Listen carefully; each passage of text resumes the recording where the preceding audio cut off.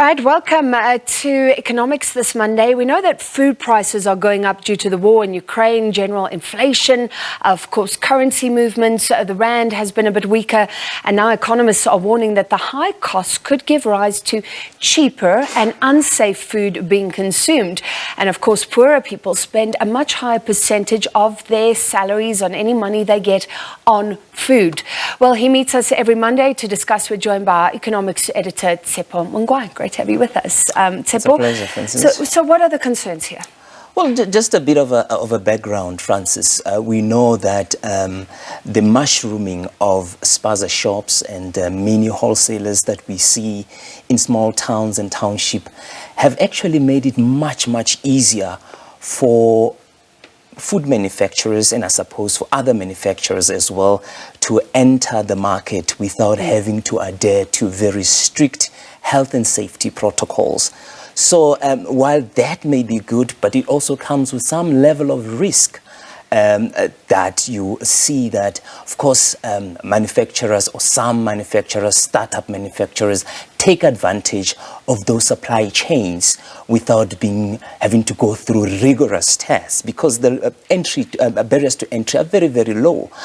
So obviously, with food inflation going up and general prices in the economy going up, you do expect that they are going to take advantage of that. Obviously, behavior changes when prices are up. People want to look at cheaper options. Yeah. And sometimes those cheaper options are not the most viable. And it's not something necessarily new as such, Francis. We have seen that in South Africa, it's a tale of two economies. So there have been people who have been taking advantage of those who cannot afford to buy. So, I mean, if you walk into some of the spaza shops, you find that half of the products, you don't even know the brands. They're relatively new, they are known, and they are, they found the market in those markets. People know them, they identify with them, they consume those products. But we know that we do have laws, though. You have to list your ingredients and things like that. But of course, then if you're cutting corners anyway, you're unlikely to do that, or to do that honestly. Well, obviously, I mean, there's a reason why something is cheaper. It's cheaper because obviously, I mean, you don't have to follow those very strict health and safety standards.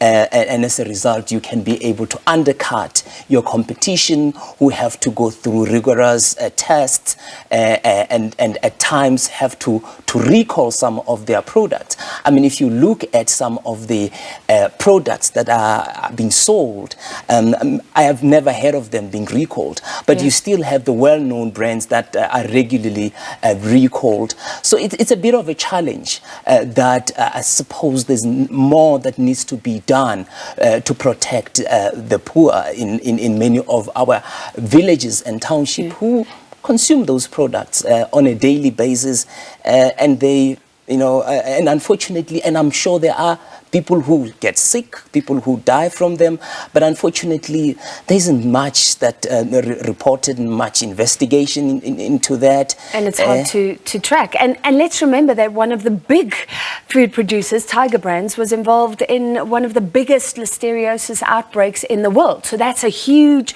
producer. And now you're talking about small manufacturers with less oversight. Apparently also, in restaurants or kind of your little corner, you may be tempted to use more oil to start. Absolutely. I mean, look at the cooking oil price. It's gone up substantially. And obviously, when prices or input costs are that high, at times where you find that some smaller restaurant and maybe it's someone on the corner selling chips, what we often hear is that people don't change those cooking oil quite frequently because it's expensive. So they have to use the same cooking oil quite repeatedly until, I don't know, it's black back and they realize that, they can't use it. They don't change it as frequently as it should. And remember, Francis, South Africa carries a huge burden of disease, non-communicable diseases. We have a serious crisis. I mean, some years back, you'd recall that the then Minister of Health actually put the beverages manufacturers in order to reduce sugar content in their beverages. And a lot of progress has been made, and it's mainly the bigger producers that have actually complied with that. But you still find new brands in the market also undercutting your traditional brand, selling those beverages at a much, much cheaper price with higher sugar content. And who are they targeting? They're targeting many of the construction workers. I mean, if you go to any construction site, Francis, you will see they carry a loaf of bread and a 2-liter of that beverage, and then they go and consume, and it's a daily thing. So one wonders, of course, work might have been done in terms of the bigger guys. They've reduced their sugar content, and even some have reduced their salt content in their food, and it's good.